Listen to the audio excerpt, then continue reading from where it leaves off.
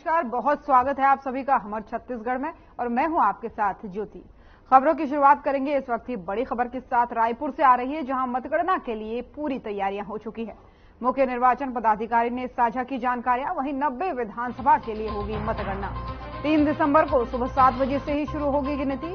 प्रत्येक विधानसभा के लिए लगाए गए 14 टेबलों पर एक साथ होगी मतगणना। वहीं इस वक्त की बड़ी और अहम जानकारी आपको बता रहे हैं, जहां पर मतगणना के लिए तैयारियां पूरी हो गई है। रायपुर से ये बड़ी खबर है, 90 विधानसभा के लिए होगी मतगणना। 3 दिसंबर को सुबह 7 बजे से ही वोटों की गिनती शुरू हो जाएगी।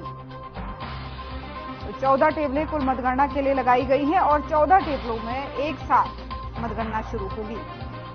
बड़ी और अहम जानकारी रायपुर से सीधे, जहां पर 90 विधानसभाओं के लिए मतगणना 3 दिसंबर को सुबह 7 बजे से ही शुरू हो जाएगी। प्रत्येक विधानसभा के लिए 14 टेबल लगाई गई हैं और 14 टेबलों में एक साथ मतगणना की जाएगी।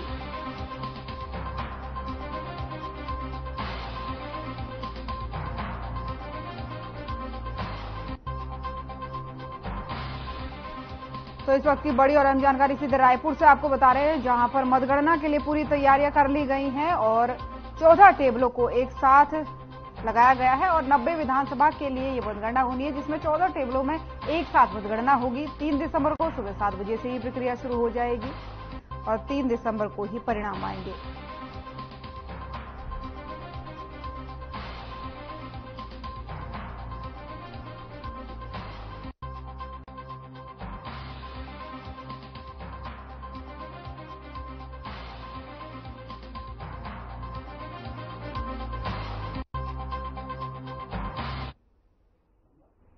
बिलासपुर में मतगणना कार्य में लगे अधिकारी कर्मचारियों को मतगणना का सघन प्रशिक्षण जिला प्रशासन द्वारा दिया जा रहा है।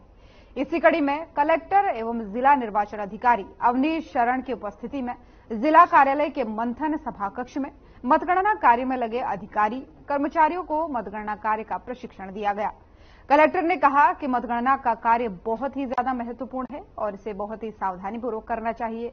उन्होंने अधिकारियों को पूरी सतर्कता और सजगता के साथ मतगणना का कार्य करने के निर्देश दिए हैं। प्रशिक्षण में दी जा रही जानकारी को अच्छे से आत्मसात करते हुए आयोग के निर्देशानुसार ही मतगणना का कार्य संपादित करने के लिए उन्होंने कहा। गौरतलब है कि विधानसभा चुनाव के तहत कोनी स्थित शासकीय इंजीनियरिंग कॉलेज परिसर में मतगणना कार्य 3 दिसंबर को किया जाएगा।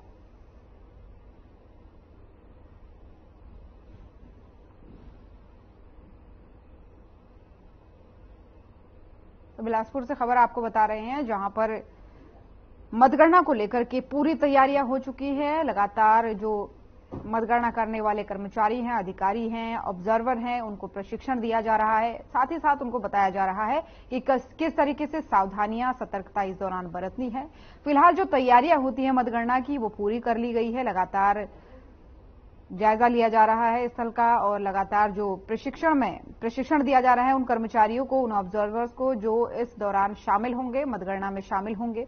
किस तरीके से मतगणना करनी है, इस दौरान क्या कुछ तैयारियां रखनी है, क्या कुछ सावधानियां रखनी है, इन सभी के बारे में बता दिया गया है।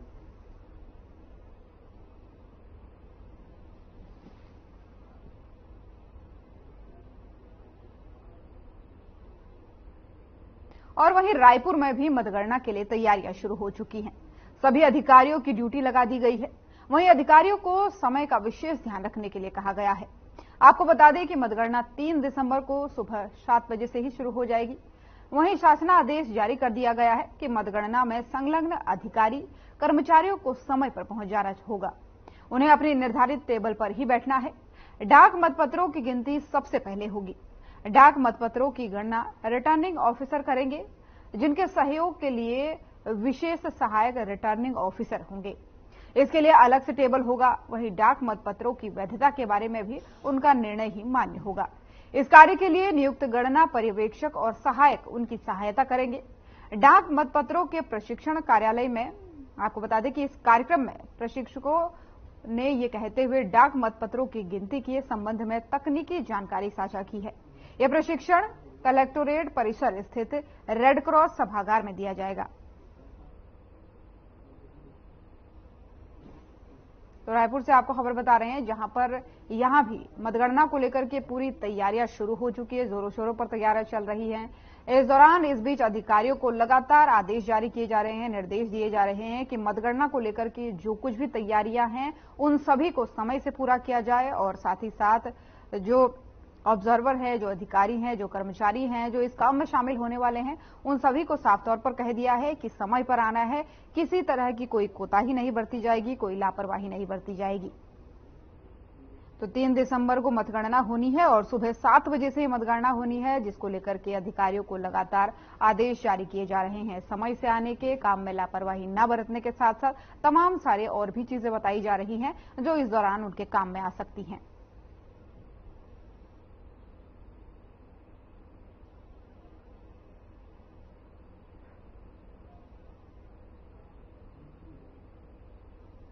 रायपुर में प्रदेश कांग्रेस के वरिष्ठ प्रवक्ता धनंजय सिंह ठाकुर ने कहा कि प्रदेश में फिर कांग्रेस की सरकार बन रही है। जनता ने बीजेपी को मुख्यमंत्री का चेहरा ढूंढने का अवसर नहीं दिया। बीजेपी को नेता प्रतिपक्ष कौन होगा बीजेपी का, इस दिशा में मजबूती से प्रयास करना चाहिए। बीजेपी को यह बताना होगा कि क्या मोदी की गारंटी पर चुनाव लड़ने वाली बीजेपी का अगला नेता प्रतिपक्ष गारंटी देने वाला होगा या फिर राज्य निर्माण के वक्त नेता प्रतिपक्ष चुनने आए प्रभारी के साथ एकात्म परिसर में हुई घटना की फिर पुनरावृत्ति होने वाली है। वहीं उन्होंने आगे कहा कि जनता ने मुख्यमंत्री भूपेश बघेल का चेहरा, सरकार के काम और कांग्रेस की घोषणा पत्र पर भरोसा किया है। बीजेपी जिस प्रकार से नकारात्मक अफवाह फैलाकर चुनाव लड़ रही है, जनता ने उसे खारिज कर दिया है। दूसरे राज्यों से बीजेपी के कई दिग्गज नेता आकर छत्तीसगढ़ में चुनाव की कमान संभाले थे, सभी को मुंह की खानी पड़ी। कांग्रेस के नेता और कार्यकर्ताओं ने बीजेपी नेताओं को चुनाव प्रचार के दौरान धूल चटा दी है। बीजेपी के घोषणा पत्र, मोदी की गारंटी और बीजेपी के षड्यंत्र के खिलाफ जनता कांग्रेस के साथ खड़ी रही है। तो रायपुर से आपको खबर बता रहे हैं, जहां कांग्रेस के प्रदेश प्रवक्ता ने प्रेस कॉन्फ्रेंस की और इस दौरान उन्होंने दोबारा कांग्रेस की जीत की बात कही। उन्होंने कहा कि मुख्यमंत्री जो है उनकी सरकार दोबारा बन रही है, साथ ही बीजेपी हार के लिए चुनाव में तैयार हो जाए, क्योंकि जो प्रदेश की जनता है वो पूरी तरीके से कांग्रेस का साथ देने वाली है और बीजेपी को नेता प्रतिपक्ष ढूंढ लेना चाहिए, लेकिन मुख्यमंत्री उम्मीदवार ढूंढने का वो कष्ट न करे, क्योंकि इस बार भी जनता कांग्रेस की सरकार वहां पर बनाने वाली है। तो धनंजय सिंह का कांग्रेस के प्रदेश प्रवक्ता ये हैं, इन्होंने प्रेस कॉन्फ्रेंस करके ये बात कही है।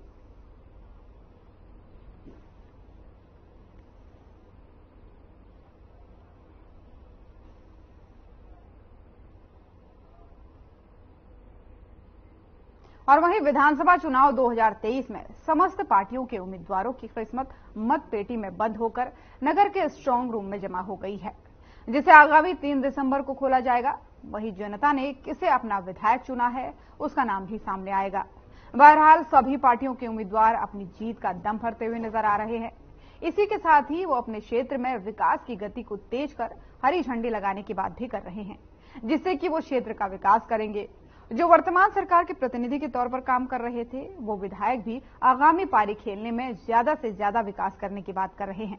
लेकिन सबसे ज्यादा जो विपक्षी हैं वो ज्यादा दम भरते यहां पर नजर आ रहे हैं और ये कहते नहीं थक रहे हैं कि यदि हमारी सत्ता आती है तो हम विकास के लिए तत्पर रहेंगे और जनता के लिए हर समय उपलब्ध रहेंगे। तो अभी चुनावी का ही नतीजे निकलने वाले 3 तारीख को, और जैसे आपने बहुत अथक प्रयास किया है रोटी पार्टी से उठाने का, तो क्या कार्यकर्ता के माध्यम से क्या आपको आभास हो रहा है? देखिए, लोगों के जो विचार आ रहे हैं सामने, जो मतदान जिस ढंग से दिखा है, मतदान का प्रतिशत बढ़ा हुआ है और उसको देखते हुए और लोगों के रुझान को देखते हुए दोनों दलों के प्रति जो है जन आक्रोश था। और ऐसी स्थिति में जो है मतदान रोटी पार्टी के पक्ष में हुआ है। तो मतदान का रिजल्ट आने वाला है, मतगणना का, उसमें ये बात स्पष्ट तौर पे खुलकर सामने आ जाएगी। आपके क्या रुझान लगते हैं? आपको क्या लगता है? नहीं, हमारे पूरा रुझान है कि रोटी पार्टी चुनाव जीतेगी। भरोसा है आपको? हाँ, पूरा भरोसा है। अगर आपको मौका मिला तो क्या करेंगे फिर? नहीं, हमको मौका मिलेगा तो हमारी तो 2 मुख्य मांगे हैं। राशन के साथ 5,000 रुपए हर मतलब नागरिक को दिया जाए, राशन गरीबी रेखा से नीचे वालों को, और दूसरा कि जहां भी खाली सरकारी जमीनें पड़ी हुई हैं वो नौजवानों को आवंटित की जाए। ये दो मुख्य मांगे हैं। तीसरी मांग जो है वो है वर्ग व्यवस्था को खत्म करना, जिसमें सरकारी जो सुविधाएं हैं वो जारी रहेंगी।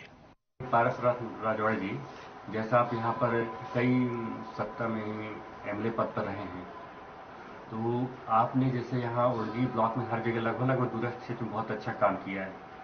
यहाँ के जैसे कल चुनाव हुआ तो क्या अपेक्षा करते जनता से? पूरे विधानसभा क्षेत्र में कई पहलुआ हैं। उड़गी ब्लॉक क्षेत्र में अलग स्थिति है, भैयाथान ब्लॉक की अलग स्थिति है, सूरजपुर ब्लॉक की अलग स्थिति है। सबों की सिचुएशन अलग अलग है। जहां पर जिसकी जरूरत है उसको करना रहता है। उड़गी ब्लॉक के बिहारपुर क्षेत्र बहुत पिछड़ा क्षेत्र था। वहां पर रोड, पुल पुलिया, बिजली, पानी की आवश्यकता थी, और वहां पर स्कूलें भी नहीं थी, तहसील भी नहीं थे। तो ये सब करने की आवश्यकता थी, वहां पर किया गया। और जहां पर जैसे पहले से हैं, इसके बाद भी वहां जरूरत है, सड़क है, पुल है, पुलिया है, जैसे रोज आवश्यकता बढ़ती है बिजली की, पानी की, सभी क्षेत्रों में हुआ है, पूरे विधानसभा में हुआ है। पर कहीं पर कुछ ज्यादा दिखता है, कहीं पर कुछ कम दिखता है। जैसे मांग के अनुरूप, आवश्यकता के अनुरूप काम हुए हैं। और ये भी जो चुनाव हुए हैं कल, उसमें मतदाताओं की जो उत्सुकता, लोगों का आकर्षण जैसे रहा, एक ऐसे लगा कि लोग छत्तीसगढ़ सरकार की जो योजनाएं हैं, जिन्होंने योजना के माध्यम से लोगों को राहत पहुंचाया है, उससे लोगों का आकर्षण बढ़ा है। और इससे साफ जाहिर होता है कि इस बार पुनः कांग्रेस की सरकार बनेगी और अच्छे बहुमत के साथ बनेगी। 2/3 से ऊपर बहुमत आएगा, ऐसा अनुमान है। जी, पारस राजवाड़े जी, आप जैसे हैं, जीतने की कितने उम्मीद रखते हैं, कितने वोट से जीत पाएंगे? वोट का आंकड़ा तो हम नहीं बता पाएंगे, पर जो स्थितियां हैं और जो लोगों का स्नेह प्यार मिला, उससे साफ है कि अच्छे मतों से जीतेंगे और जीत सुनिश्चित है। कहने का मतलब कि आपके जितनी खुशी मिठाई बच रही है? नहीं, मिठाइयाँ तो देखिए, दीपावली बीता है, त्योहार है ही है, और ये भी एक त्योहार ही होता है। खाना पीना अलग बात है, और बाकी जश्न तो 3 तारीख के बाद होगा, जब रिजल्ट आएगा तब जीत का मिठाई। आपको बहुत प्रेम करती है, फील्ड में भी देखने में ये नजर आता है, जिस हिसाब से आपने विकास किया है। ये तो जाहिर सी बात है, जनता प्रेम करती है। जनता के बीच में हम सब रहते हैं, लोगों के बीच में उनकी बातों को सुनना, उनके कामों को करना, क्षेत्र का विकास करना जनप्रतिनिधि का काम होता है। और प्रेम करते हैं, इसीलिए तो चुनाव जीतते हैं। मैं सुरेंद्र कुमार, 2023 के विधानसभा चुनाव को लेकर के ही अभी रुझान क्या है और क्या स्थितियां हैं, जो प्रतिभागी हैं, प्रत्याशी हैं, उनसे बात करते हैं और उनको क्या आशा है और क्या रुझान मिल रहा है, इस बारे में खास चर्चा करेंगे लुंड्रा प्रत्याशी भाजपा प्रबोध मीन जी से। सबसे पहले मैं आपको हर खबर चैनल में स्वागत करता हूं आपका। जी जी जी। देखा जाए तो जैसे देखा जाए कि अभी सभी मतदाता के जो है उम्मीदवार के ही पूरा उनका किस्मत का पिटारा बंद हो गया है और आगामी 3 तारीख को खुलेगा और कौन क्या हम निकलेगा इसके बारे में, लेकिन हर आदमी का आस रहता है कि हम जीतेंगे, हम हैं। तो इस पर आपका क्या कहना है? नहीं, ये तो प्रजातंत्र है और देखिए, जनता ने वोट अपना दिया है और वो मतपेटी में बंद है और वो 3 तारीख को रिजल्ट पता चलेगा। लेकिन जो वातावरण हम लोगों को दिखा है और जो फीडबैक हम लोगों को प्राप्त हुआ है पूरे लुंड्रा विधानसभा के अलग अलग क्षेत्रों से, तो निश्चित रूप से हम लोग चुनाव जीतने की स्थिति में हैं और भारतीय जनता पार्टी यहाँ चुनाव जीतेगी लुंड्रा विधानसभा को इस बार। आपके पार्टी कार्यकर्ता क्या उम्मीद जगा रहे हैं और क्या रुझान है? नहीं, बताया ना मैं कि बहुत उत्साहित हैं और जिस उत्साह और ताकत और मेहनत से लोग अब काम किए हैं, जनता के बीच अपनी बात रखे हैं और लोगों का जो रिएक्शन मिला है, लोगों का जो स्नेह प्रेम दिखा है वोट में, वो बहुत कुछ भारतीय जनता पार्टी के पक्ष में दिखा है।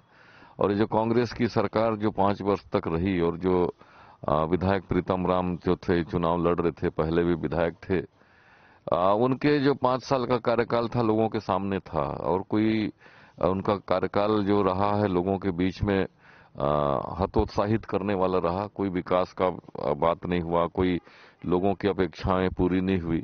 तो लोगों ने वो जो हमारी जो घोषणा पत्र थी, हमारी खासकर महिलाओं के लिए जो हर महिला को जो अपने जो शादीशुदा महिलाएं हैं उनको 1000 रुपये उनको जो राशि देने का विषय था और जो धान की बात थी और जो विश्वसनीयता थी, जो मोदी जी की जो गारंटी थी, उसको लोगों ने विश्वास किया है और महिलाओं का रुझान भी भाजपा के प्रति बढ़ा है और उनका वोट निश्चित रूप से भारतीय जनता पार्टी को मिला है और वो पूरा चुनाव को प्रभावित किया है और भारतीय जनता पार्टी चुनाव जीतेगी।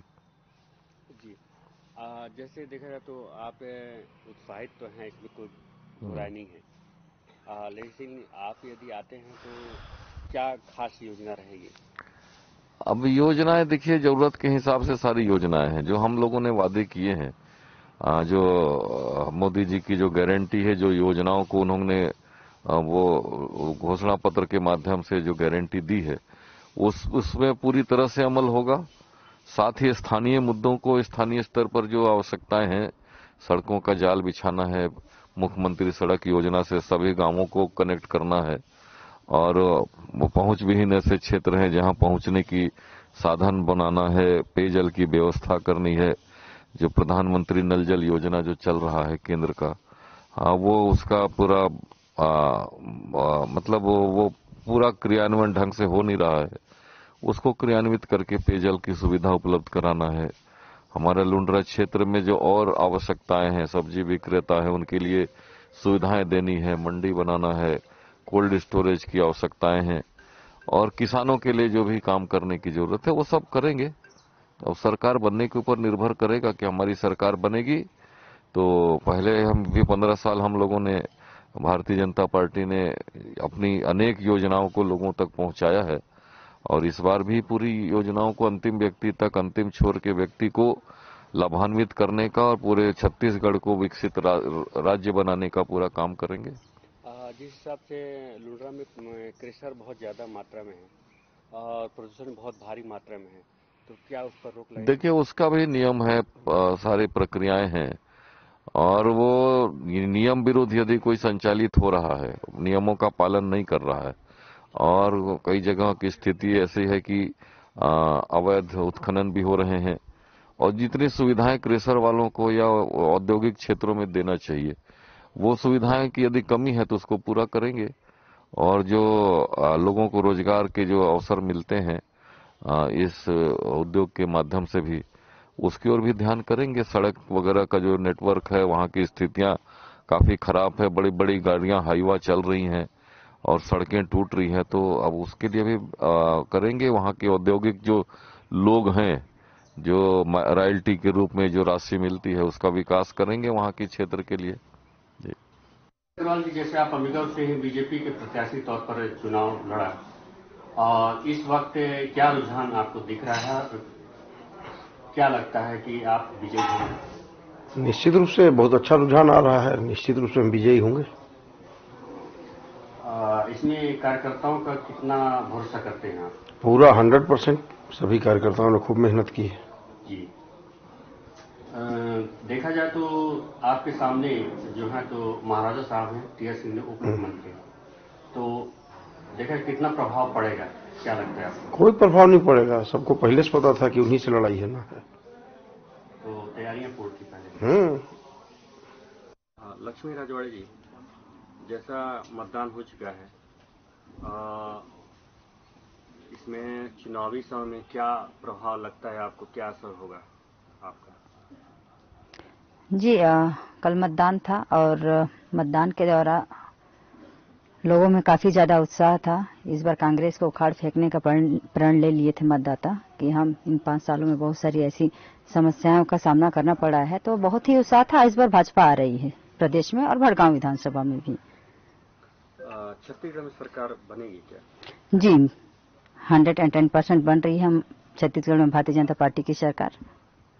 कांग्रेस दावा करती कि 75 पार होंगे और बीजेपी भी कर रही है।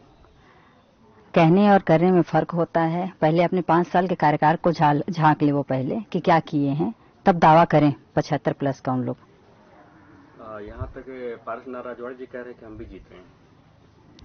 जी, वो 3 तारीख को तय होगा कि कांग्रेस निकाल रहे हैं कि बीजेपी निकाल रहे हैं।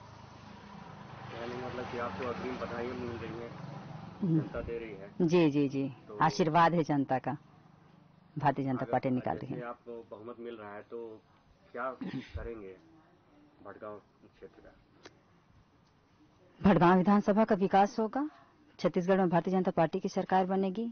लोगों को हमने देखा आज तक मूलभूत सुविधाएं नहीं पहुंच पाई हैं, वो हम जनता तक पहुंचाने का काम करेंगे, गांव गली तक पहुंचाने का काम करेंगे। नमस्कार, मैं हर खबर न्यूज चैनल में स्वागत करता हूं। मैं सुरेंद्र कुमार। इस वक्त बात करें चुनावी दंगल में जो कि हुआ है महासंग्राम 2023 में। बलरामपुर क्षेत्र से हैं कांग्रेस पार्टी के, जो कि बहुत ही अनुभवी हैं, महापौर के पद में भी रह चुके हैं और देखा जाए तो इनका कार्यशैली बहुत अच्छा है। तो आइए बात करते हैं अजय तिर्की जी से। अजय तिर्की जी, जैसा अभी आप लोगों का सब कर लोगों के चुनाव के पिटारा में किस्मत बंद है, तो क्या रुझान लगता है आपको? जिस हिसाब से लोगों का प्यार मिला है और जो रुझान रहा है, मुझे पूरा विश्वास है कि हम लोग चुनाव जीत रहे हैं और धीरे धीरे करके जिस तरीके से सब कोई जुड़े और स्वस्फूर्त जुड़े, वो बहुत पॉजिटिव रहा है और आखिरी दम तक सभी ने पूरा अपना जिम्मेदारी निभाया है। संगठन ने अपनी जिम्मेदारी निभाया है, सीनियर्स ने अपनी जिम्मेदारी निभाया है और सभी मिलके हम परिश्रम किए हैं, पूरे एक टीम की तरह काम किए हैं, तो निश्चित तौर पे रिजल्ट अच्छा आना चाहिए। जी, कार्यकर्ता को कितना मानते हैं उनका कि प्रभाव पड़ा? हमारे सम्मानित कार्यकर्ता ही तो हैं जो ग्राउंड लेवल तक काम किए हैं और निश्चित तौर पे कैंडिडेट तो एक पर्सन होता है, लेकिन मुख्य रूप से जो रोल है वो हमारे सम्मानित कार्यकर्ताओं का रहता है। उनको मैं बहुत तहे दिल से धन्यवाद करना चाहता हूं और मैंने चुनाव के बाद में समीक्षा भी सबके साथ बैठ के किया, सबको धन्यवाद भी किया और मैं यही संदेश दिया हूं कि जिस तरीके से एकजुट होकर सभी ने लड़ा है और एकजुटता दिखाई है, वो एकजुटता के साथ जो कांग्रेस के लिए काम किए हैं वो एकजुटता बनी रहे और हमेशा बनी रहे ताकि कभी भी कांग्रेस कमजोर ना हो। तो कहने मतलब आपको भरपूर भरोसा है कि आप बलरामपुर सीट हासिल करेंगे? और जो रुझान और जो प्यार मिला वो निश्चित तौर पे इंगित करता है कि हम चुनाव जीत रहे हैं। मगर आपके प्रतिद्वंदी जो है तो बहुत अनुभवी हैं और रामविचार नेताम जी के हमेशा ही उसमें रहा है कि जैसे टिकड़ी खेली गई है तो उसमें हमेशा आगे बाजी मारते हैं। अब वो तो 3 तारीख को कुछ ही दिन बचे हैं, उस दिन सारी चीजें सामने आ ही जाएंगी। रही बात अनुभव की, तो बहुत सारी चीजें रहती हैं और कभी कभी ऐसा भी होता है कि जो पहली बार कहीं पे जाता है और चूंकि उतने सालों से मैं वहां रहा हूं और काम किया हूं और 10 साल से मेयरशिप में हूं, इतने दिनों में जो सीखे और जो कार्यशैली बड़ों से सीखे हम, माननीय महाराज साहब से, माननीय मुख्यमंत्री जी से, हमारे सीनियर से, प्रभारी महोदय से, सभी का एक समावेश हम लोगों ने वहां पे किया और उनसे जो सीखे, सीनियर से जो सीखे, हाईकमान से जो सीखे काम करने का तरीका, उस तरीके से हम लोगों ने काम किया है और बिल्कुल शालीनता से हमने चुनाव लड़ा है। क्योंकि आप जानते हैं कि जो सीनियर मेंबर थे वो लोग काफी सक्षम लोग थे, लेकिन हम उस परिस्थितियों तक नहीं है और न कभी हो पाएंगे। लेकिन हमने अपने प्यार से, व्यवहार से और जो पुराने रिश्ते हैं, जुड़े हुए हैं लोगों से, उस ताता में काम किया है और क्षेत्र के पॉजिटिविटी के लिए काम करने के नाम पे हमने लोगों के सामने गया है। कांग्रेस के जो घोषणा पत्र है और जो वादे 5 साल में पूरे हुए, उन सबको लेके हम लोगों के बीच में गए हैं, तो निश्चित तौर पे लोगों का प्यार हम लोग को मिला है। जी, देखा जाए तो आपको पहले जोगी जी की तरफ उन्होंने ऑफर भी दिया था कि आप हमारे साथ में आ जाइए पहले, लेकिन आपने बाबा का हाथ चुना। बाबा की बोले कि हम ये सब चीजें मैं एक सिरे से खारिज करता हूं। ऐसा कोई भी ऑफर मुझे नहीं आया है और सभी कोई जानते हैं कि मैं कांग्रेस परिवार का एक सदस्य हूं। किसी की तरफ से कोई ऑफर नहीं आया। मैं सिरे से इस बात को खारिज करता हूं और मैं एक कांग्रेस का एक छोटा कार्यकर्ता हूं, लेकिन जो पार्टी ने मुझे विश्वास करके मुझे जो जिम्मेदारी दिया है, वो उसको मैं हमेशा तत्पर निभाऊंगा। हमारे छत्तीसगढ़ देख रहे थे आप। छत्तीसगढ़ की खबरों में फिलहाल इतना ही। नमस्कार।